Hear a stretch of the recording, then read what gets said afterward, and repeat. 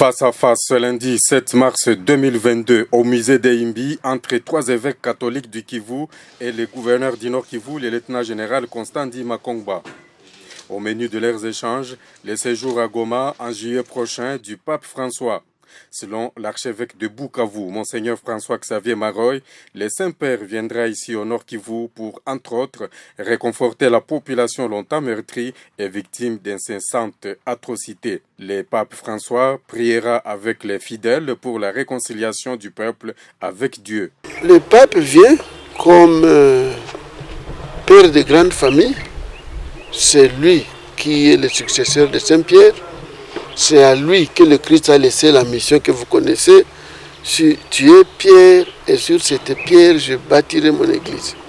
La première chose pour le pape, c'est de réconforter le peuple de Dieu, catholique en général et en particulier toute la foule du peuple congolais en général sur cette consolidation de la foi en Jésus-Christ, le seul qui unit tous les peuples dans un seul et même amour et l'amour de Dieu.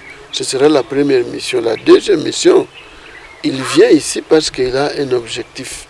Il sait combien le peuple de Dieu au Congo a été fortement sinistré pendant toutes ces années de souffrance.